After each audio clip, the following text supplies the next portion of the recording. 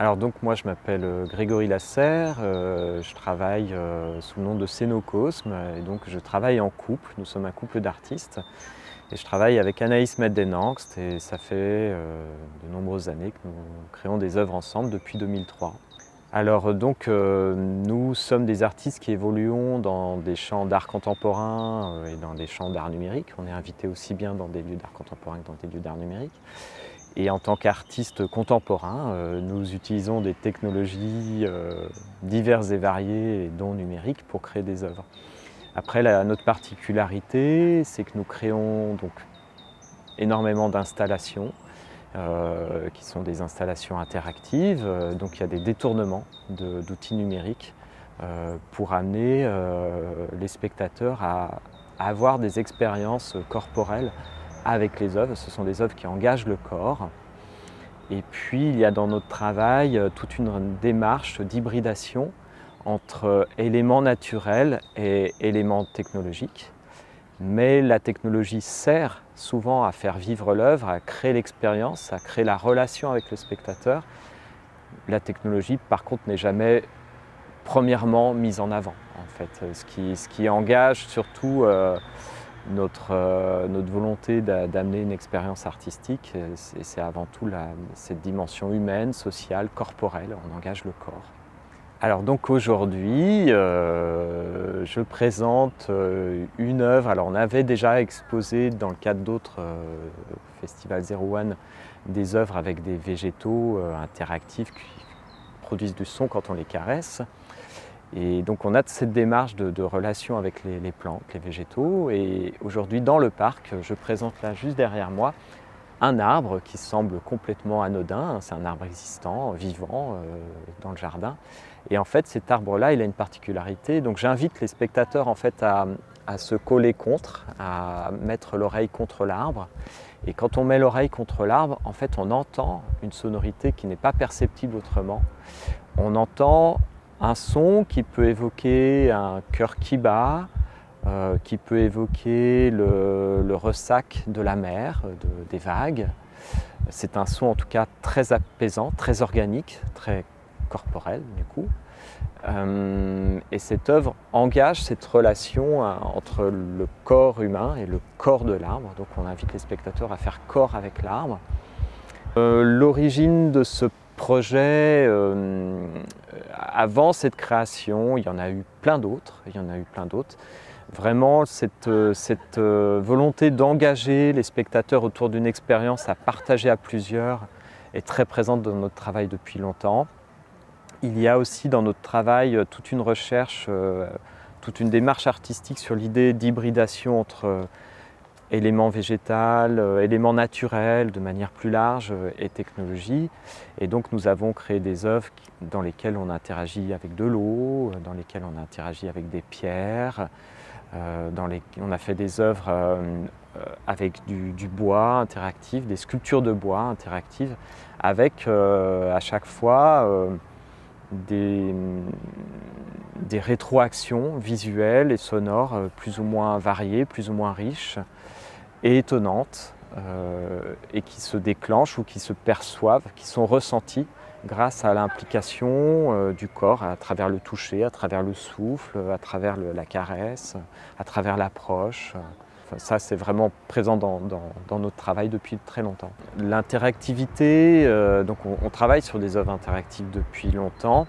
Ce qui nous intéresse dans le fait de proposer des œuvres qui vont évoluer en fonction de la manière dont les spectateurs vont être dans l'œuvre. Alors celle-ci n'est pas vraiment... C'est une œuvre assez simple par rapport à plein d'autres créations que nous avons pu faire. C'est une relation, c'est plus une œuvre relationnelle qu'une œuvre interactive. Mais c'est vrai que la plupart de nos installations sont interactives. Et ce qui est pour nous intéressant par rapport à ça, c'est de créer une œuvre qui ne sera jamais la même en fonction de la manière dont les spectateurs vont être engagés autour d'elle. La plupart de nos œuvres, par exemple, amènent les publics à revenir, donnent envie aux spectateurs de revenir ou de rester longtemps. et de regarder ce qui se passe. Donc souvent on met en place des œuvres dans des salles d'exposition, des lieux patrimoine, etc., des salles fermées. Et puis nous avons eu la chance de créer aussi d'être invités sur ce type d'œuvre, et puis il y en a d'autres où il y a des choses.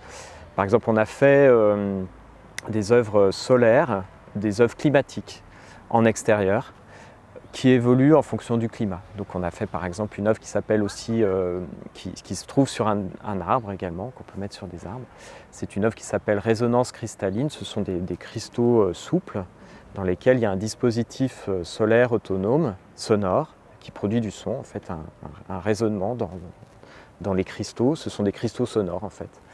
Et là, l'élément d'interaction, c'est le soleil. C'est-à-dire que cette œuvre sonore ne résonne jamais de la même manière en fonction de la manière dont le soleil va, enfin surtout les nuages, vont évoluer dans le ciel. Donc d'un seul coup, la partition sonore, ce sont les nuages, c'est le climat en fait.